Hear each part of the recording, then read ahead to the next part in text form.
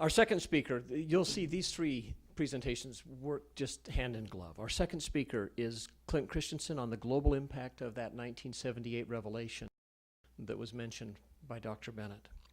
Clint Christensen has worked for the Church History Department at church headquarters since 2001. He has traveled to the Caribbean, Africa, India, and throughout Latin America, and is currently assigned to the Caribbean and Latin America as part of the Global Support and Acquisitions Division.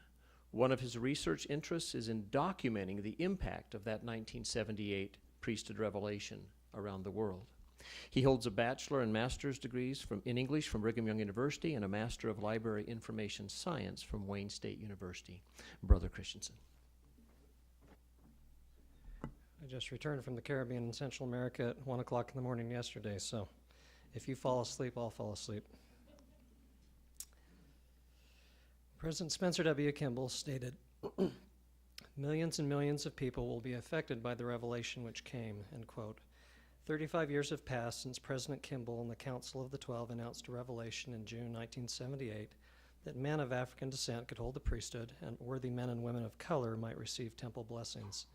On the eve of this great manifestation, the church included 3.5 million members. In 1978, there were 1,200 Latter-day Saints in the Caribbean, 51,000 in Brazil, and 7,400 in Africa. Prior to the 1978 revelation, expectations for growth in these particular areas of the world were low due to high populations of those of African descent. The work in Africa alone was daunting. There were 6,000 members in South Africa in the early 1970s on a continent of 600 million people. Upon becoming prophet, President Kimball challenged church members to pray that more nations would open to the restored gospel, encouraged members to lengthen their strides, and called for more missionaries. There were still many roadblocks to fulfilling the Savior's charge to teach all nations. The challenges loomed especially large in Eastern Europe, Asia, and Africa. At the time of the revelation, thoughtful observers anticipated a significant impact in areas like the United States, Africa, and Brazil. In the ensuing decades, the face of the church changed remarkably in these places, but there was also tremendous growth throughout Latin America. At the end of 2013, 40% of the total church membership resided in Latin America, and approximately 7% of church members were African or of African descent. The Lord promised Abraham, "As many as receive this gospel shall be called after thy name, and shall be accounted thy seed." He went on to declare, "If thou canst count the number of seeds, so shall be the number of thy seeds." Those sands now constitute a multicolored beach. Ebony and the olive tree. In this paper, I will discuss the impact of the 1978 revelation made upon the Quorum of the 12 Apostles, the growth of the gospel in many nations, the opportunities for leadership, the expansion of temple work, and racism and perfecting the saints. For the title of this presentation, I am indebted to BYU professor Frederick G. Williams and a poem that he dedicated to Elvisio and Ruta Martins. Elder Martins, a Brazilian, was the first general authority of African descent. The poem is titled "Ebony and the Wild Olive Tree," grafted in, and drawn on a passage from Jacob 5:36, quote, "Graft in the branches, that all may be nourished once again for the last time," end quote. Building on the parable of the olive tree as it applies to the sons and daughters of Africa, the poem begins. From Africa, strong ebony was hewn and grafted to the forest of Brazil. To every branch and root it was a boon, and all through the world it's grafted still. As with the olive tree, both wild and tame, the prophecy was given anciently, that branch would graft a branch as God would name, to shape the family tree more perfectly. Through centuries past and even recent decades, man shows enmity toward man. To love thy neighbor as thyself, the Savior's great commandment, continues to be a challenge to many people. The civil rights movement in the 1960s helped the United States move toward more equality among the races. Racial struggles continued in many lands during the 20th century. Tribal warfare ravaged sections of Africa. Apartheid plagued South Africa until the 1990s. The greatest hope for the children of man continues to be the gospel of Jesus Christ. From a restoration perspective, the priesthood revelation was one of the most important events of the 20th century, indeed for the whole world. The witness of the apostles. The 15 apostles of the restored church had searched the scriptures, counseled about church policies, pondered and prayed. On Thursday, June 1st, 1978, a life-changing event occurred as the 12 in the Salt Lake Temple prayed under the direction of President Kimball. Elder David B. Haight, the most newly called apostle, related, quote, "I witnessed the prophet Spencer W. Kimball speak in open communion with the Lord, pleading in behalf of members who had hitherto been denied that blessing. as well as future members not yet born or baptized. Then in that room with the Lord's holy house, we were witnesses that the answer came to the Lord's prophet. The Spirit touched each of our hearts with the same message in the same way. Each was witness to a transcendent heavenly event. Elder Gordon B. Hinckley said, quote, "Not one of us who was present on that occasion was ever quite the same after that, nor has the church been quite the same. All of us knew that the time had come for a change and that the decision had come from the heavens. The answer was clear. There was perfect unity among us in our experience and in our understanding. 13 apostles stood as eyewitnesses to this event, and all the 12 were in unanimity with the revelation." Elder Bruce R. McConkie pointed out how unusual it was for revelation to come in this manner. Quote, "In my judgment, this was done by the Lord in this way, because it was a revelation of such tremendous significance and import, one which would reverse the whole direction of the church, procedurally and administratively, one which would affect the living and the dead, one which would affect the total relations that we have with the world, one, I say, of such significance that the Lord wanted independent witnesses who could bear record that the thing had happened." The growth among the nations. In the years following the 1978 revelation, members of the Quorum of the 12 Apostles traveled throughout the world, organizing the church in new places and dedicating the majority of the lands of Africa. First, there were waves of growth that blossomed from Ghana, Nigeria, Kenya, Zaire, and South Africa, which helped establish the church in Africa and which became centers of strength in the 1980s and 1990s. The restored gospel spread from these centers to nearby countries. Since 2008, there's been a strong second wave of growth, with the church becoming established in additional countries throughout Central and Southeastern Africa, including Uganda, South Sudan, Rwanda, Angola, Gabon, and Cameroon. By 2014, the church was on a clear path of development and was thriving in many countries in Africa, with membership approaching 400,000. The message of the restoration has not been actively preached in the predominantly Muslim countries of northern Africa, nor in some African nations where war rages. Populations of African descendants in the Western Hemisphere impacted many nations, a stage that was set centuries ago. In 1502, just 10 years after Columbus's first voyage, the Portuguese brought the first group of slaves to the city of Santo Domingo in present-day Dominican Republic. The mingling of Europeans, indigenous peoples, and Africans had begun.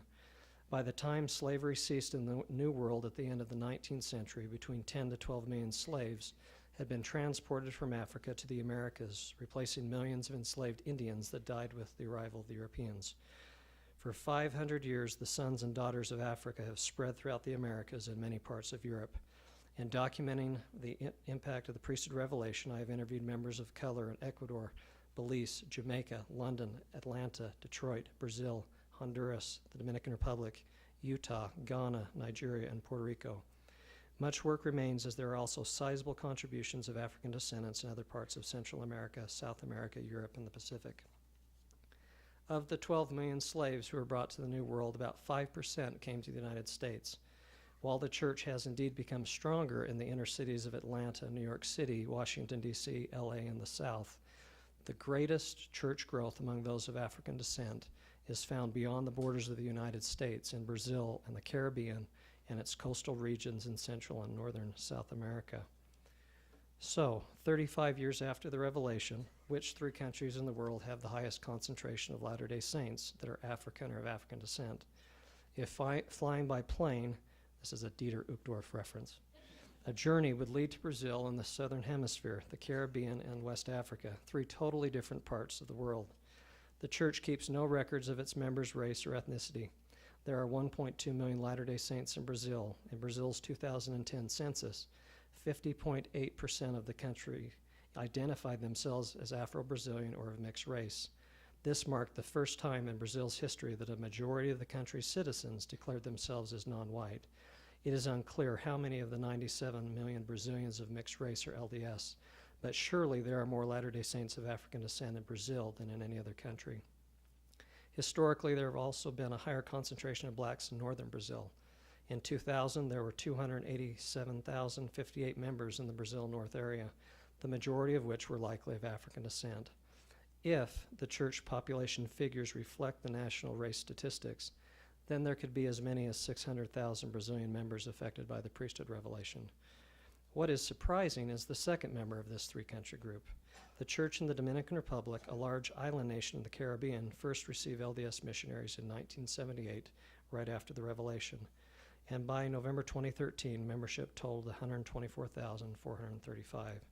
Behind Brazil and the Dominican Republic, the third country with the most Latter-day Saints of African ancestry is no surprise. It is Nigeria, with 109,998 members as of 2013. Africa has a large church population and has grown at a remarkable rate since '78. The World Bank in 2013 listed the total population of Brazil as 196 million, Nigeria with 167 million, and the Dominican Republic with only 10 million. As a percentage of total population, the concentration of LDS members in the Dominican Republic is much higher than the two larger countries. Interestingly, prior to the '78 revelation, there were no official LDS units in the Dominican Republic or Nigeria, and Brazil had just over 51,000 members. As of 2013, the church in Africa included 390,000 members, the Caribbean 164,000, and Brazil 1.2 million. These figures suggest a sizable percentage of the church membership influenced by the '78 revelation. Leadership opportunities. In 1998, when I moved to Detroit, Michigan, Wayne State University, I held a family home evening with members of the Black Inner City branch I attended. The lesson focused on General Conference. Immediately, I was asked, why are there no black leaders in the church? A common concern of African Americans. In the last 35 years, great opportunities have come for service in the kingdom. Before 1978, black members contributed in some callings, including teaching in the Sunday school. My colleague Michael Landon remembered a Relief Society president in Brazil who had joined the church because of a dream and served faithfully. Just 1 week following the revelation, an Afro-Ecuadorian man named Homero Vina became a branch president in Esmeraldas, Ecuador. An Afro-Colombian named Horacio Insignares became stake president in Bucaramanga, Colombia in 1981. Elder Avicio Martins and his wife Ruta served in multiple leadership positions in their native Brazil, leading to their call to preside over a mission in Fortaleza in the 1980s and Alvicio's service in the Second Corps of the 70 from 1990 to 1995. And this brother, Elder La Boreal, is a Garifuna from Honduras, which is an African slave group. Two Africans are general authorities, Joseph Satati of Kenya and Edward Dubé of Zimbabwe. The ranks of the Area 70 are filled with Africans in the Africa Southeast and West area. Black men also serve as area in Brazil and Central America. Freddie Parker III from Atlanta, Georgia, became the first black Area 70 in the United States in April 2012. As of January 2014, 10 missions were led by black mission presidents and their wives. 5 missions are led by Nigerians and Ghanaians. The other 5 include Marcus Martins, a Brazilian and son of Elvicio Martins, and also Jamaicans, Haitians, and Dominicans. The expansion of temple work. With the dramatic expansion of new temple constructions beginning under President Kimball and then continuing ever since, many people of African descent now live closer to temples.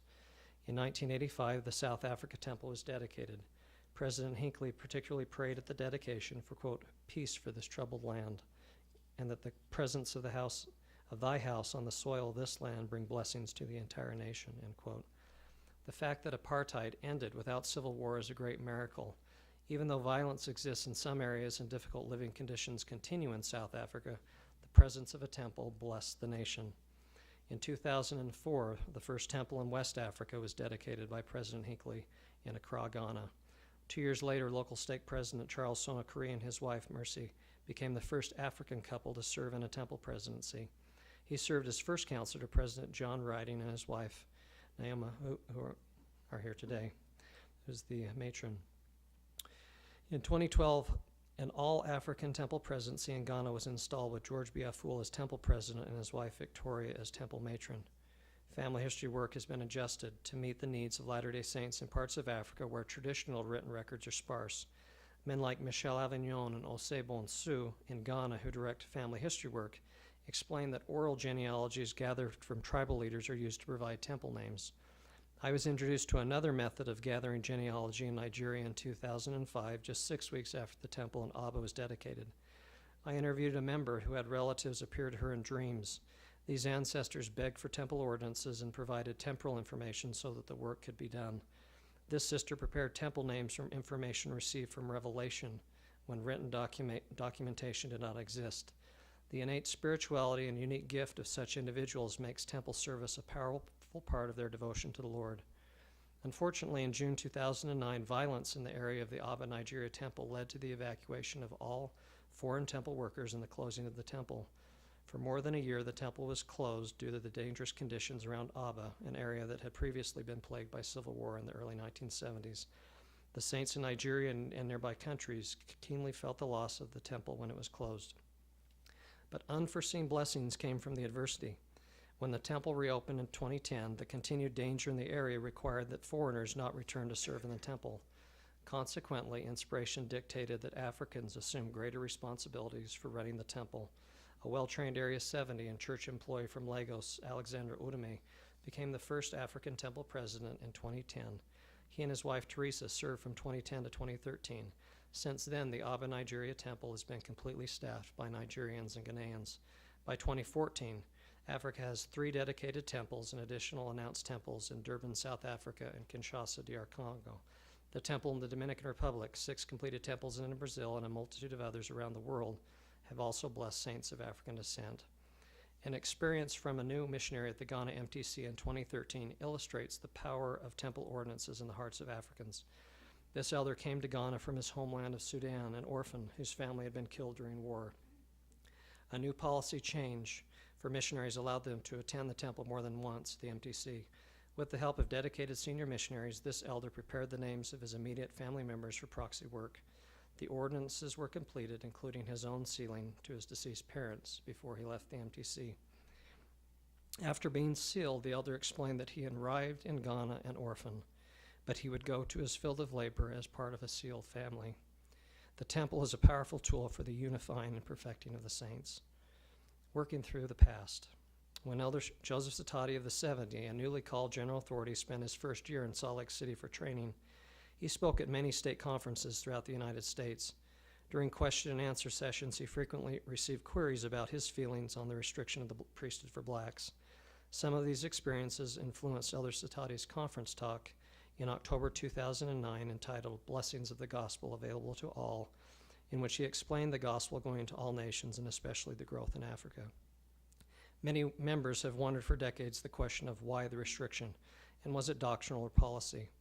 In recent years, progress has been made in dealing with the challenges and understanding the issues of a pre-1978 restriction. In December 2013, the church released answers in the gospel topics section of LDS.org. Scholars outlined the details, including a recent historical find. Brigham Young had started the practice in the 1860s, a fact discovered through the Herculean efforts of Lejeune Carruth, a shorthand specialist who transcribed 19th century speeches and sermons by the early brethren. President Brigham Young created a policy of restricting the priesthood from blacks, though some had been ordained in the days of Joseph Smith. Influenced by issues being debated about slavery in the Utah Territory, Brigham Young enacted the policy of restriction. Unfortunately, racism is still a problem, even within the church. In my interviews throughout the world, I have heard several examples. I witnessed a minor example in Ghana and Nigeria in 2005. For instance, in West Africa, some of the U.S. ordnance workers who served as missionaries to help open the temples worried about how fast the Africans would learn the ordinances. The implication was that Americans were more educated and learned faster than Africans. These missionaries didn't wonder for very long. They soon realized their preconceived notions were incorrect. The strong oral learning skills passed down for centuries within the African culture equipped the saints to quickly master the steps to administer the ordinances of the temple.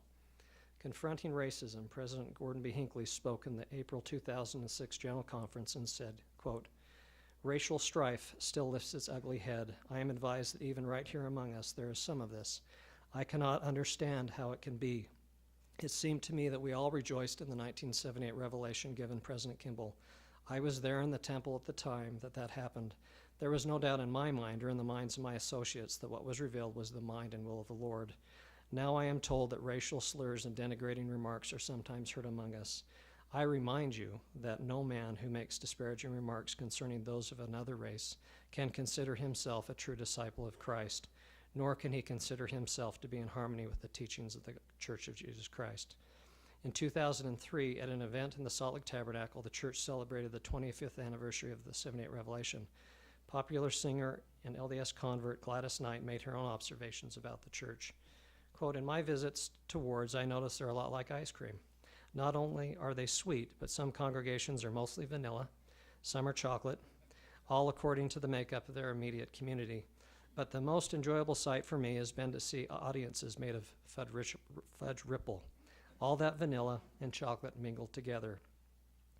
Also in her talk, she quoted 4 Nephi 1:17, that all divisions among the Nephites ceased. There were no ites, no Nephites, no Lamanites, no kind of ites. I like that, she said. She said, one reason the gospel is restored in the latter days is to prepare a people to be of one heart, one mind, and to dwell in righteousness. 35 years after the revelation, the saints of the church are in many cases much more accepting of each other. In the next 30 years, church membership will likely have an even higher percentage of members from the areas of Latin America and Africa, perhaps eclipsing those of European and Caucasian descent. The final establishment of Zion will occur with hands and hearts united for many ethnicities.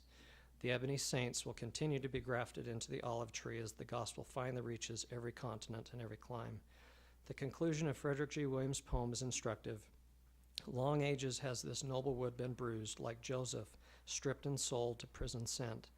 But Zion gathers now no more confused. The veil of darkness over the earth is rent. Though multi-branched, there's just one family tree, one Joseph's coat, though multi-hued it be. Thank you.